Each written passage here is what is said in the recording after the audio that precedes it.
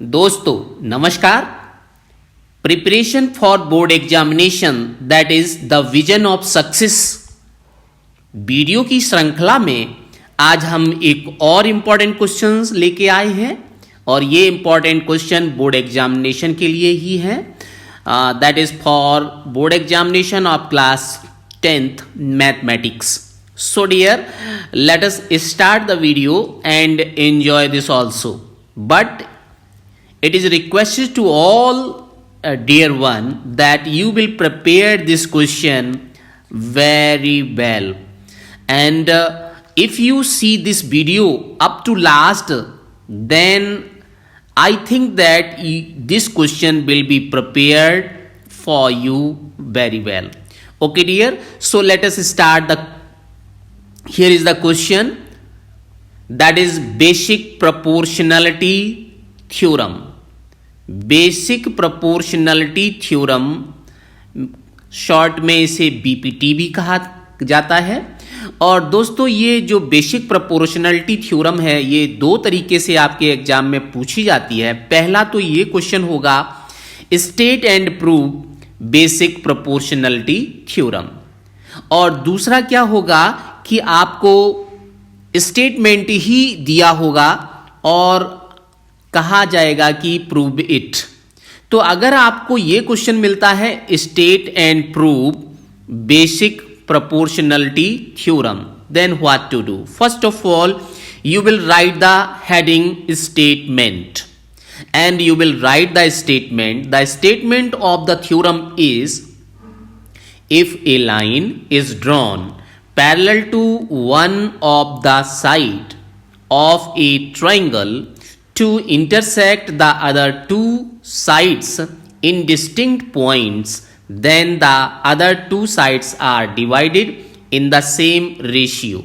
So dear, keep in your mind the statement of this theorem because this is necessary if the question is state and prove basic proportionality theorem.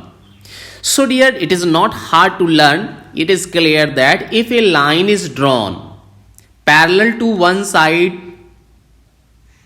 of a triangle, means एक triangle दिया हुआ है और इस triangle में किसी भी एक साइड के पैरेलल एक लाइन को ड्रॉ किया गया है और ये जो लाइन पैरेलल ड्रॉ की है वो अदर टू साइड्स को डिफरेंट पॉइंट पे इंटरसेक्ट कर रही है। तो आपको ये प्रूव करना है कि जो इंटरसेक्शन पॉइंट आ रहा है वो इंटरसेक्शन पॉइंट उन साइड को सेम रेशियो में डिवाइड करेगा। ठीक है, तो स्टेटमेंट आप क्लियर समझ गए हैं कि ये कोई एक ट्रायंगल है, उसके पैरेलल किसी भी साइड के पैरेलल एक लाइन ड्रॉ की गई है। जब हम उस लाइन को ड्रॉ करेंगे तो वो अदर टू साइड्स, एक साइड के पैरेलल तो हमने लाइन ड्रॉ ही की है, तो दो साइड्स अभी ट्रायंगल में और बची हुई हैं, तो वो दो साइड को डिस्टिंक्ट पॉइंट पे इंटरसेक्ट करेगी जो लाइन आपने ये ड्रॉ की है पैरेलल लाइन। तो आपको जब ये डिस्टिंक्ट पॉइंट पे इंटरसेक्ट करेगी तो आपकी जो अदर टू साइड्स हैं वो टू पार्ट्स में डिवाइड हो जाएंगी। तो आपको ये प्रूव करना है कि वो दोनों पार्ट सेम रेशियो में होंगे। तो आपने अगर इस थ्योरम को हम डायग्राम के फॉर्म में आपको समझाएं तो ये डायग्राम है, इसके लिए आप देख सकते हो this is A triangle ABC, late us this is A triangle ABC, ये आपको गिवन है और ABC में ये जो BC साइड हमने ले ली, इस BC साइड के पैरेलल एक लाइन DE ड्रॉ की है और जब ये DE हमने ड्रॉ की तो आपने देखा कि ये DE लाइन AB को D पॉइंट पर और AC को E पॉइंट पर इंटरसेक्ट कर रही है। तो यहाँ पे आपने देखा AB टू पार्ट्स में डिवाइड हो गई, एक तो हमारा AD मिला, दूसरा DB मिला, इसी तरह इधर AC भी टू पार्ट्स में डिवाइड हो गई, AE और EC। तो हमें प्रूव ये करना है AD divide by DB equal to AE divide by EC। ये हमारा एम है, ये हमारा टारगेट है। तो इसके लिए हम कुछ खास कंस्ट्रक्शन भी करेंगे। तो सबसे पहले हमें जो गिवन है उस चीज को हम लिख लेते हैं। What is given dear? Here is given that a triangle, और उस ट्रायंगल को हमने ले लिया ABC। Okay, and next one is given that DE is parallel to BC, ये भी आपको दिया हुआ है। ठीक है, तो चलिए वो लिख लेते हैं जो चीज हमें गिवन है। So first of all, you will write the given things according to the statement. So dear, here is given that a triangle ABC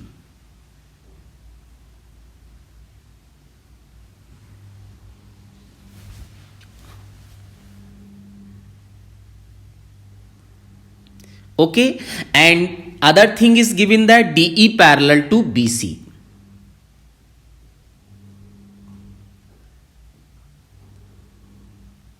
And next thing is given that D and E points on the side AB and AC respectively. तो वो भी लिखेंगे. And points D, E on the side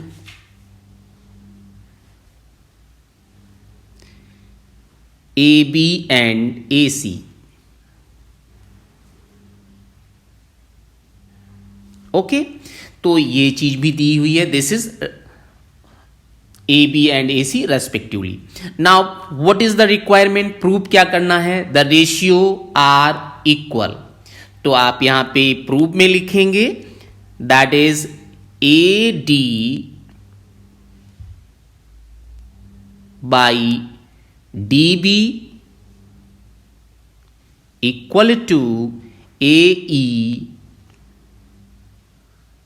by AC, sorry, EC. This is our requirement. ये हमें prove करना है. अब केवल इतने से प्रूव नहीं हो पाएगा जितना दिया हुआ है कि एक लाइन पैरेलल है और दो पॉइंट पे इंटरसेक्ट कर रही है, तो हमें ये प्रूव करना है कि ये इनका रेशियो सेम होगा. तो इसके लिए हमें कंस्ट्रक्शन भी करेंगे. कंस्ट्रक्शन में आप देखिए ध्यान से कि हमें क्या कंस्ट्रक्शन करना है. Yes of course, according to this diagram हम क्या करेंगे, यहां पे डी पॉइंट से ए ई अदरवाइज ए सी पर एक परपेंडिकुलर ड्रॉ करेंगे जिसका नाम होगा D N. Okay, perpendicular means this is making angle 90 degree here at the point of N.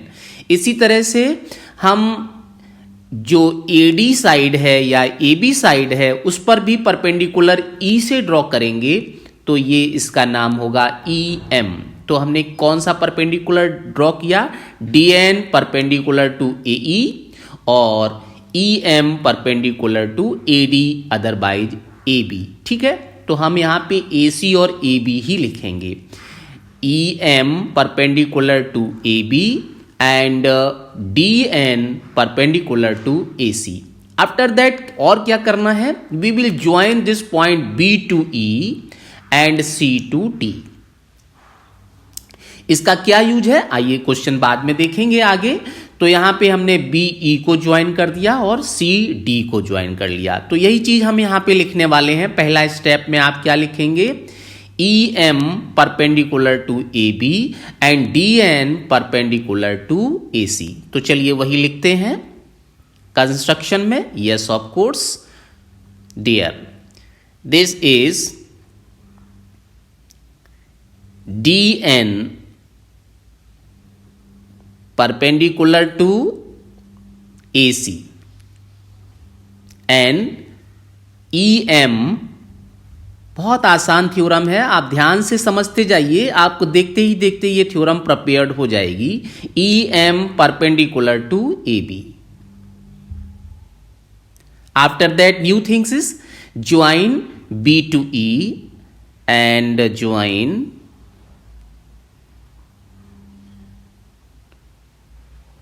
B to E,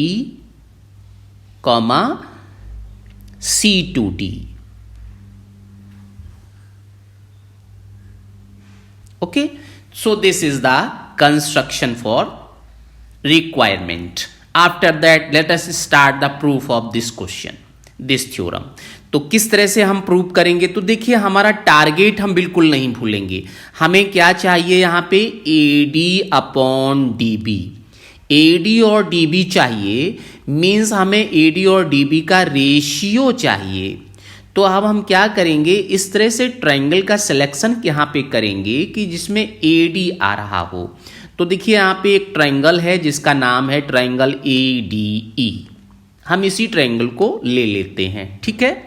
so dear, let us start the proof of this question. So first of all you will write here in triangle ABC,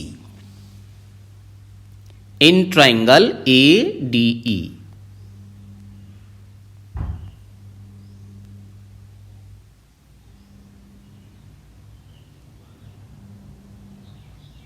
And dear, here you know that is EM perpendicular to AB. EM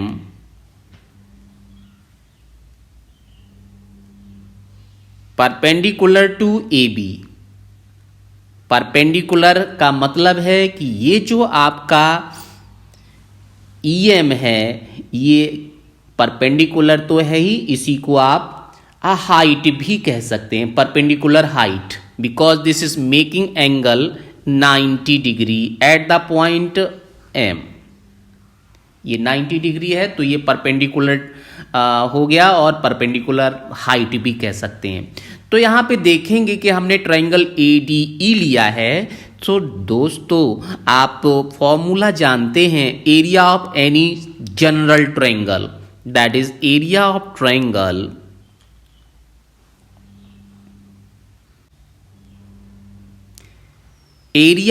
triangle equal to half into base into height, ठीक है। इसी फॉर्मूले को अब हम यहां पे use करेंगे। तो देखिए किस तरह से आप इस फॉर्मूले को यूज करेंगे। Yes dear, you will write that area of triangle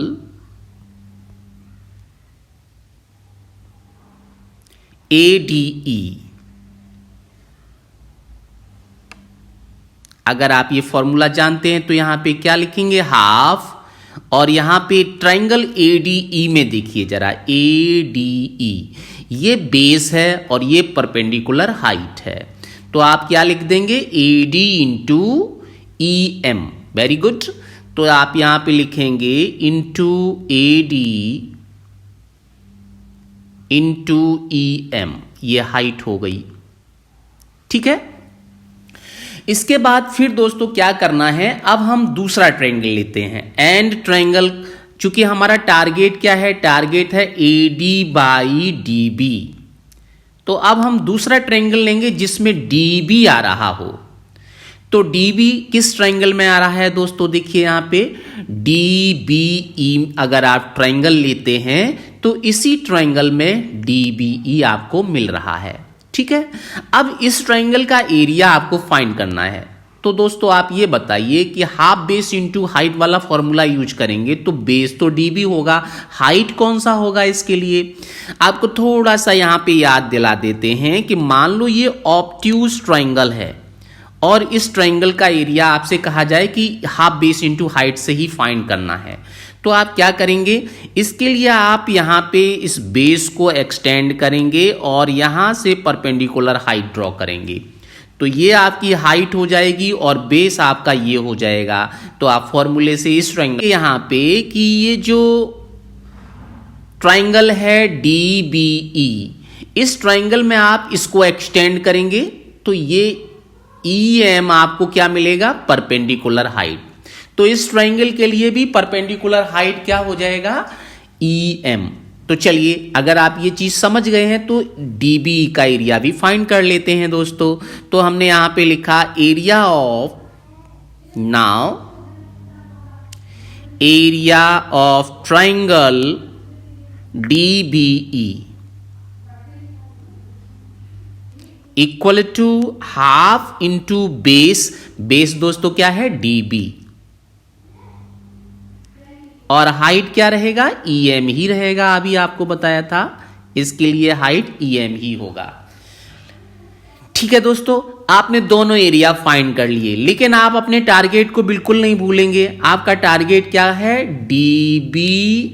AD upon DB को फाइंड करना। और ये क्या है, रेशियो है। तो दोस्तों आप अब इसका ratio find, means you will write here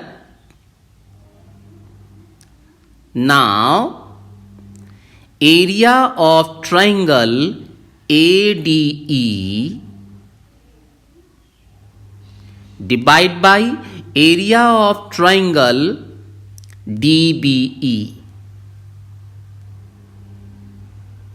equal to half into right hand side, ये आपका है राइट हैंड साइड पूरा लिखना है, और दूसरे ट्रायंगल का राइट हैंड साइड ये है। तो दोनों आप लिखिए half into AD into EM, half into DB into EM। तो दोस्तों ये आपका हो जाएगा AD into EM and divide by half into DB into EM। अब आप दोस्तों हमें ये बताइए, यहां पे कुछ चीज आपको सेम दिखाई दे रही होगी। जो चीज यहां पे सेम है उसे आप कैंसिल कर दीजिए, हाफ से हाफ कैंसिल हो जाएगा, EM से EM भी कैंसिल हो गया। तो नेक्स्ट स्टेप में जो भी बचा हुआ है वो आप आसानी से लिख दीजिए। तो आपको मिलेगा यहां पे that is area of triangle ADE divide by area of triangle, यहां पे आप देखिए क्या लिखना था, यहां BBE लिखा हुआ है, तो यहां पे आपको लिखना था DBE। ओके दोस्तों, तो यहां लिखेंगे DBE equal to AD by DB and now you will mark as this is equation number 1। इसे आप इक्वेशन नंबर 1 मार्क करके छोड़ देंगे। अब आप देखिए यहां पे इसको पहले DBE, ठीक है। तो अब दोस्तों आप यहां पे देखिए जब ये इक्वेशन नंबर 1 आपका कंप्लीट हो गया, अब आप देखिए यहां पे ध्यान आपको एक चीज और बता दें कि आपने यहां पे ट्रायंगल कौन सा लिया था। यहां पे आपने ट्रायंगल लिया था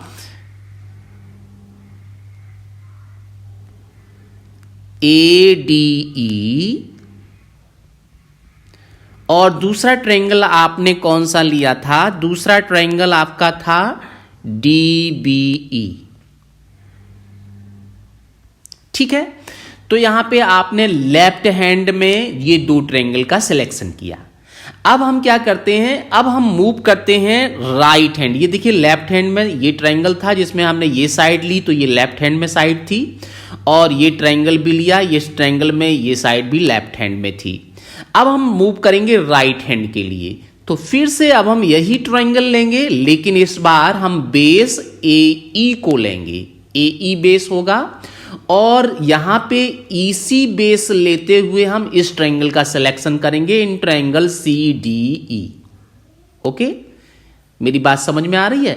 तो देखिए इन ट्रायंगल का सिलेक्शन भी बहुत आसान, आप अपने टारगेट को अगर याद रखेंगे तो आपको कोई कंफ्यूजन ही नहीं होगा। आपको क्या लाना है, AD, तो आपने ये ट्रायंगल ले लिया और ये हाफ बेस इंटू हाइट का फॉर्मूला लगा दिया। फिर आपको टारगेट पता था DB लाना है, तो आपने इस ट्रायंगल का यूज कर लिया, और यहाँ पे ये बेस हो गया और ये परपेंडिकुलर हाइट हो गई, और उसके बाद रेशियो। इसके बाद अब आप राइट हैंड पे आ गए। अब आपको क्या चाहिए, AE और EC चाहिए। तो AE किस ट्रायंगल में आ रहा है, ADE में आ रहा है, तो हम बेस AE को लेंगे तो परपेंडिकुलर हाइट DN हो जाएगी, है ना दोस्तों। और इसके बाद फिर EC चाहिए, तो EC आपका CDE ट्रायंगल में है, और इसके लिए हम फिर इसको एक्सटेंड करेंगे, तो परपेंडिकुलर हाइट आपकी कौन सी हो जाएगी, DN ही होगी, क्योंकि ये भी ऑब्ट्यूज एंगल ट्रायंगल है, तो हम इसको एक्सटेंड करेंगे तो ये आपकी परपेंडिकुलर हाइट होगी। तो आइए वही चीज को हम यहाँ पे फिर से लिखेंगे, फिर से रिपीट करेंगे दोस्तों। तो आप देखिए आपके लिए कितना आसान ये होगा। अगेन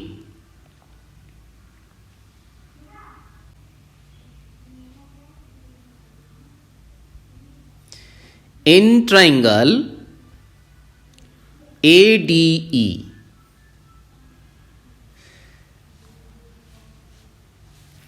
तो दोस्तों आपको क्या लिखना है, area of ADE triangle ADE, formula आपके पास वही रहेगा, आप चाहें तो यहां लिख भी सकते हैं half into base into height into EM and divide by half into DB into EM। अब आप दोस्तों हमें ये बताइए, यहाँ पे कुछ चीज़ आपको सेम दिखाई दे रही होगी। जो चीज़ यहाँ पे सेम है उसे आप कैंसिल कर दीजिए, हाफ से हाफ कैंसिल हो जाएगा, EM से EM भी कैंसिल हो गया। तो नेक्स्ट स्टेप में जो भी बचा हुआ है वो आप आसानी से लिख दीजिए। तो आपको मिलेगा यहाँ पे that is area of triangle ADE divide by area of triangle, यहां पे आप देखिए क्या लिखना था, यहां BBE लिखा हुआ है, तो यहां पे आपको लिखना था DBE। ओके दोस्तों, तो यहां लिखेंगे DBE equal to AD by DB, and now you will mark as this is equation number 1। इसे आप इक्वेशन नंबर 1 मार्क करके छोड़ देंगे। अब आप देखिए यहां पे इसको पहले करेक्शन कर लेते हैं।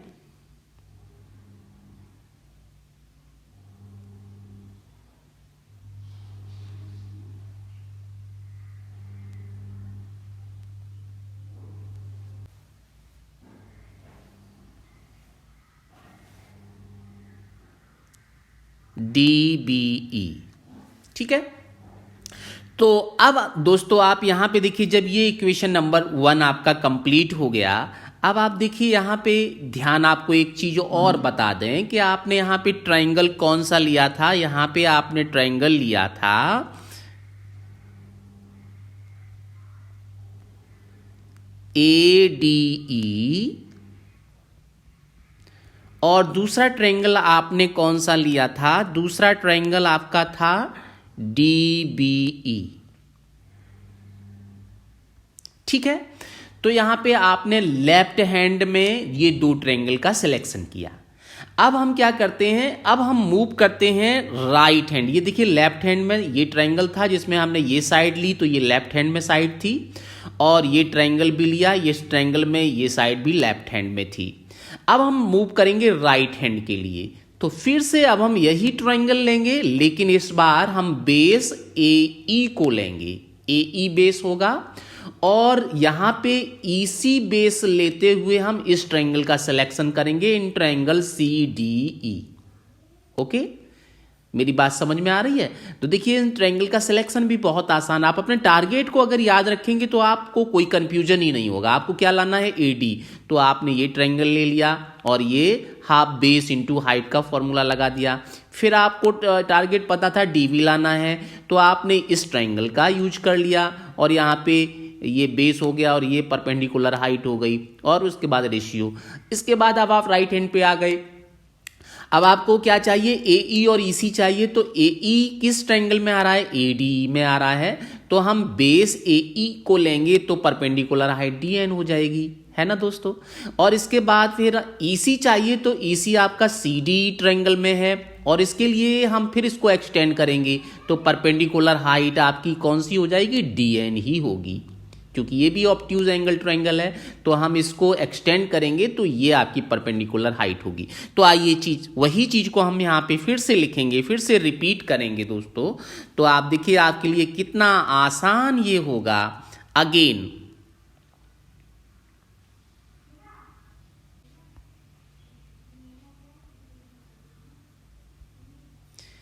In triangle ADE,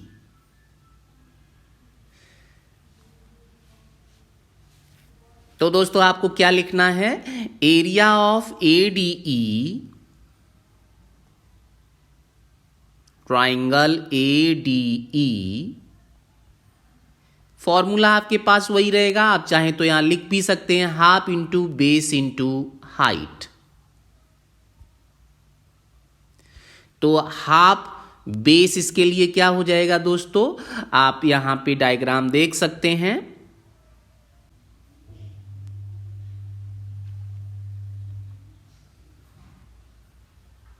half into base आपका हो जाएगा AE और परपेंडिकुलर हाइट हो जाएगी DN। तो आपने यहां पे लिखा half into AE into DN, this is the perpendicular height. Okay dear, after that you move for next। अब आप नेक्स्ट के लिए मूव करेंगे तो आपको इस बार कौन सा ट्रायंगल लेना है दोस्तों, मैं आपको यहाँ क्लियर कर देना चाहूँगा ताकि आपको कोई कंफ्यूजन ना हो। In triangle CDE because you will required here EC as a base. EC आपका टारगेट है, आपको लाना क्या है AE अपॉन EC। तो AE तो हम ला चुके हैं, अब EC चाहिए, तो हम CDE ट्रायंगल को सिलेक्ट करेंगे। कौन सा ट्रायंगल सिलेक्ट करना है दोस्तों, CDE। तो हमने यहाँ पे आपको इस तरह से ये नोटेशन भी बना दिया कि इस ट्रायंगल का सिलेक्शन करना है। तो इसके लिए परपेंडिकुलर हाइट, फिर हम यहाँ पे इसको एक्सटेंड करेंगे। एक्सटेंड करने ये आपका जो CE है इसको एक्सटेंड करेंगे तो EN आपको परपेंडिकुलर हाइट मिलेगी। तो आप यहाँ पे लिखने वाले हैं नाउ एरिया मीन्स आप कौन सा ट्रायंगल लेंगे, आप चाहें तो उसे लिख सकते हैं इन triangle CDE and you will write here area of triangle CDE equal to half, formula वही रहेगा, बेस इसका हो जाएगा EC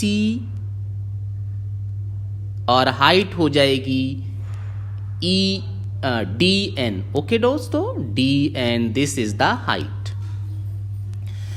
नाउ रिक्वायरमेंट आपको क्या चाहिए, AE अपॉन EC आपको फाइंड करना है। तो AE आपको यहां मिल चुका है और EC भी आपको दोस्तों यहां मिल चुका है, आप देख सकते हो EC भी मिल गया। तो अब आपको ये क्या चीज है, रेशियो। तो अब आप दोनों का रेशियो फाइंड करेंगे। यहां पे आपका कौन सा ट्रायंगल था, एरिया ऑफ ट्रायंगल ADE। तो दोनों का अब आप रेशियो फाइंड कर लीजिए।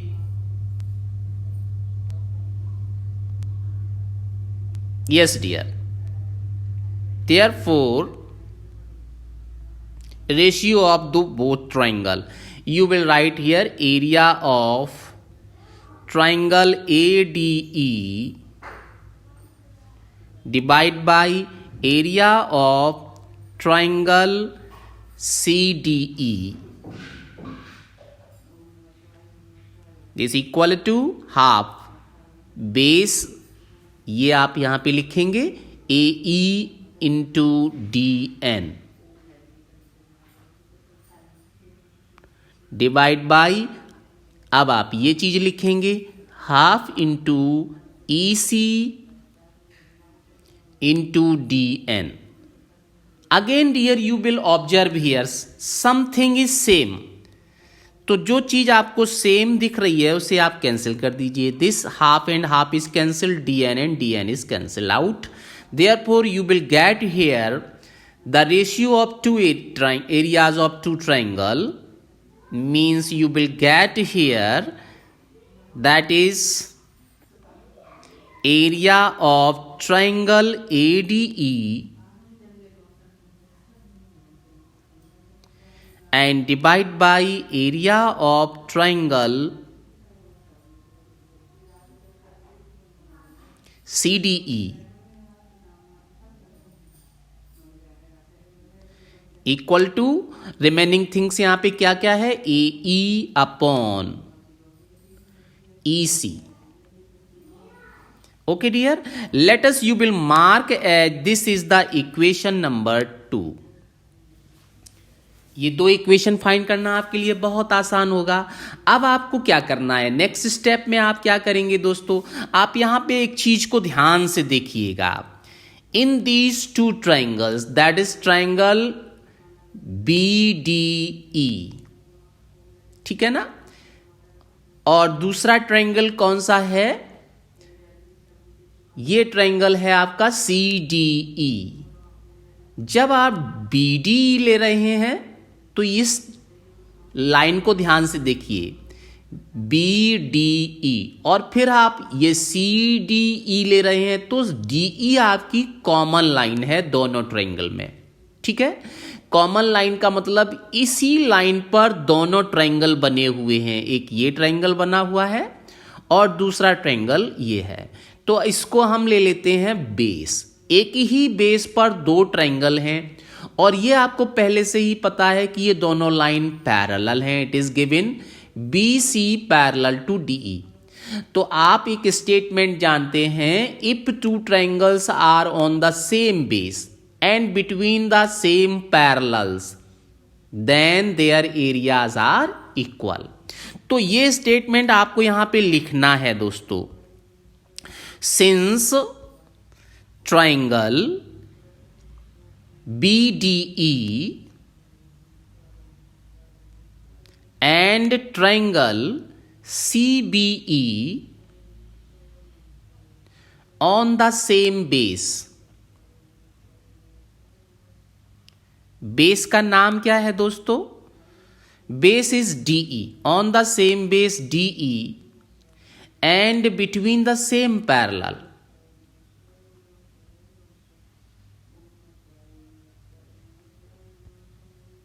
Between the same parallels. Same parallels कौन कौन से हैं दोस्तों, बता सकेंगे, BC और DE। तो आपको यहां लिखना है BC एंड कॉमा भी लगा सकते हैं DE। Therefore, on this statement you can write the result, that is, therefore area of triangle BDE, जो आपने यहां पे ट्रायंगल लिखा है BDE, just equal to area of triangle CBE। दोनों का एरिया सेम होगा, ठीक है। Let us you will mark as this is the equation number 3। Now you compare, अगर ये BDE और CBE, आप देखिए इक्वेशन नंबर 1 और 2 को जरा देखिए। इक्वेशन नंबर 2 ये है area of ADE upon CDE, तो यहां ADE लिखा है और यहां पे CDE लिखा है। अब आप इक्वेशन नंबर 1 को देखिए। इक्वेशन नंबर 1 में आप ध्यान से देखिएगा कि यहां भी लिखा हुआ है एरिया ऑफ ADE, ADE यहां भी लिखा है, DBE ये आपका डिफरेंट है। उस इक्वेशन नंबर 2 में यहां पे लिखा है CBE और यहां लिखा है DBE, और ये इक्वेशन नंबर 3 से मिल रहा है कि ये दोनों चीजें सेम है। अगर इस जगह पे हम CBE लिख दें या फिर इक्वेशन नंबर 2 में हम क्या लिख दें, इक्वेशन नंबर 2 आपका ये है, इसकी जगह हम जो DB लिखा हुआ है इसकी जगह अगर हम क्या लिखें CDE, और इस इक्वेशन की जगह हम क्या लिख दें DB, तो ये लेफ्ट हैंड साइड दोनों का सेम हो जाएगा। मींस ADE अपॉन CD यहां भी हो जाएगा, ऊपर वाले में ADE अपॉन CD हो जाएगा। और अगर CDE ना लिखें हम यहां पे BDE लिख दें और उसमें भी BDE लिख दें, चूंकि हमने अभी इक्वेशन नंबर 3 बनाया ना कि ये दोनों एरिया इक्वल हैं, तो हम इसको रिप्लेस कर सकते हैं। जैसे ही हम रिप्लेस करते हैं तो दोनों इक्वेशन का लेफ्ट हैंड साइड इक्वल हो जाएगा। तो लेफ्ट हैंड साइड अगर इक्वल हो जाएगा तो ये जो वैल्यू लेफ्ट हैंड, ये जो एरिया ऑफ इक्वेशन नंबर 1 में देखिएगा, इक्वेशन नंबर 1 आपका ये है, this is the equation number 1, area of triangle AD equal to area of triangle DB का वैल्यू कितना है AD/dB। ये आप इक्वेशन नंबर 2 में पुट कर सकते हैं। चूंकि अगर ये दोनों सेम हो जाएंगे तो आपको ऐसा कुछ करना नहीं है, आप डायरेक्ट ही लिखेंगे यहाँ पे from equation first, second and third, सीधा लिखेंगे यहाँ from equation first comma equation second and equation third, we get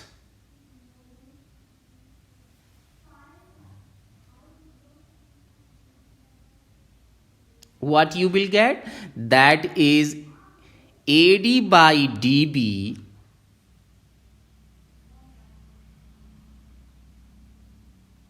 equal to AE/EC। और दोस्तों यही आपको फाइनली फाइंड करना था और यही आपका फाइनली रिजल्ट भी है। So dear, this is you can write that hence proved.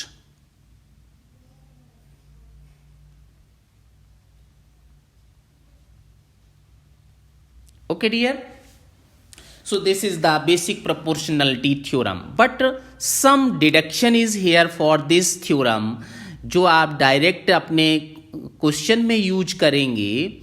तो वो क्या है, आइए चलिए उसको भी देख लेते हैं। डिडक्शन,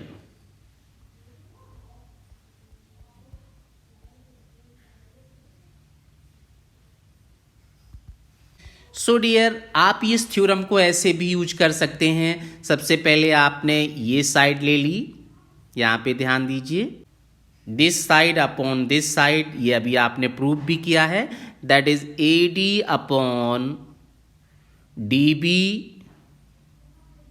राइट हैंड में जाएंगे तो यहां पे आप लिखेंगे AE/EC।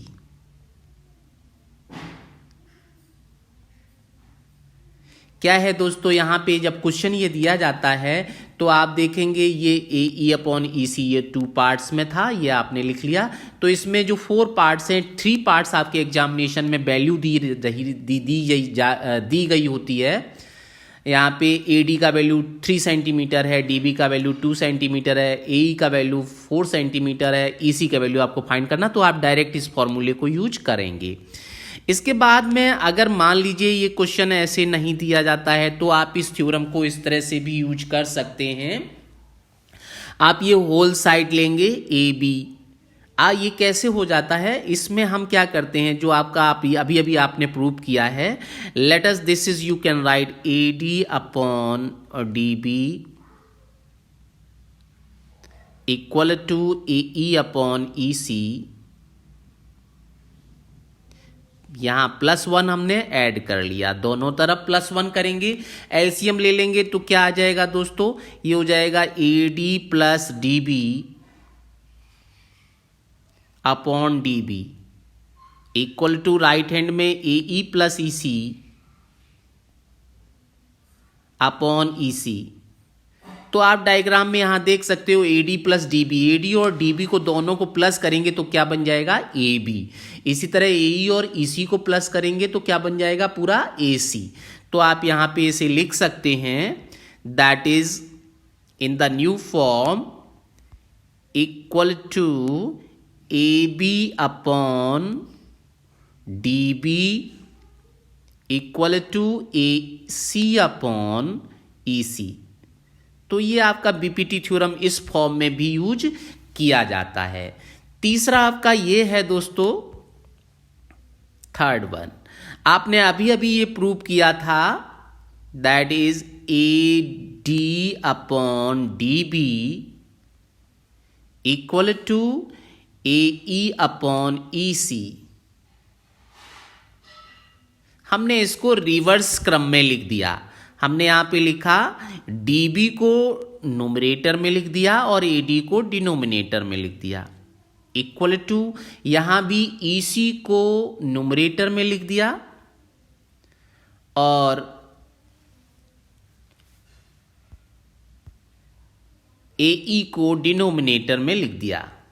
अब हमने यहाँ पे फिर से क्या किया दोस्तों, +1 यहाँ पे ऐड कर दिया, +1 in both side.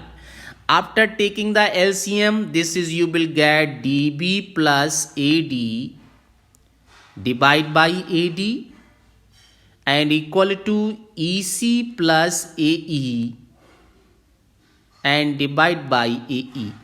Finally you can write dB और AD के dB आपका केवल इतना है और AD इतना है, दोनों को प्लस करेंगे तो फिर से बन जाएगा AB. EC और AE को प्लस करेंगे तो क्या बन जाएगा, AC. यहाँ AB बनेगा, यहाँ AC बनेगा. तो आप यहाँ पे क्या लिख सकते हैं, this is you can write as AB upon AD equal to AC upon AE. तो ये जो आपका बीपीटी थ्योरम है, ये थर्ड फॉर्म में इस तरह से यूज किया जा सकता है. इसी को रिवर्स भी करके आप लिख सकते हैं, मीन्स न्यूमरेटर को डिनोमिनेटर में और डिनोमिनेटर को न्यूमरेटर में भी लिखेंगे तो आपका ये बनेगा AD upon AB equal to AE upon AC. तो जब आपको न्यूमेरिकल क्वेश्चन दिया होता है तो इसमें से आप कोई भी डिडक्शन यूज करके, जो भी रिक्वायरमेंट है, आप जो भी पूछा गया है उसके हिसाब से ये बीपीटी थ्योरम यूज करके आप रिक्वायरमेंट को फाइंड कर लेंगे. तो दोस्तों ये एक इंपॉर्टेंट थ्योरम थी आपके बोर्ड एग्जामिनेशन के लिए. और अगर 1 मार्क्स और 2 मार्क्स में न्यूमेरिकल क्वेश्चन पूछा जाता है तो उसके लिए भी मैंने ये डिडक्शन बताया, जिसके लिए आप सिंपल ये फॉर्मूला यूज करके वैल्यू को फाइंड कर सकते हैं. मेरी बात समझ गए ना आप? मेरी बात ये थी कि जब यहाँ पे कोई ट्रायंगल दिया है और आपको फुल लेंथ दे रखी, जब आपको इतना पार्ट में दिया हुआ है, ये ट्रायंगल है मान लीजिए, और यहाँ पे ये ABC दिया है और ये D और E दिया है. अगर आपको केवल इतना ही पार्ट दिए हैं तो आप डायरेक्ट बीपीटी थ्योरम यूज करेंगे. बट अगर आपको ये होल साइड दे रखी है और यहाँ पे ये स्मॉल साइड दे रखी है केवल इतनी, और यहाँ भी होल साइड दे रखी है और ये स्मॉल साइड दे रखी है, तो आप ये फॉर्मूला यूज करेंगे जो अभी आपने देखा. और बाय चांस अगर आपको ऐसा नहीं दिया है, इस तरह का दिया गया है कि आपको यहाँ पे होल साइड दे रखी है और अपर पार्ट दिया है, और इधर में भी होल साइड दे रखी है और ये अपर पार्ट दिया है, तो आप डिडक्शन नंबर 2 का यूज करेंगे जो हमने आपको बताया. तो कोई भी पार्ट आपको यहाँ पे गिवन होगा तो उस हिसाब से आप बीपीटी थ्योरम को यूज करेंगे. So dear, again wish you all the best. Thank you.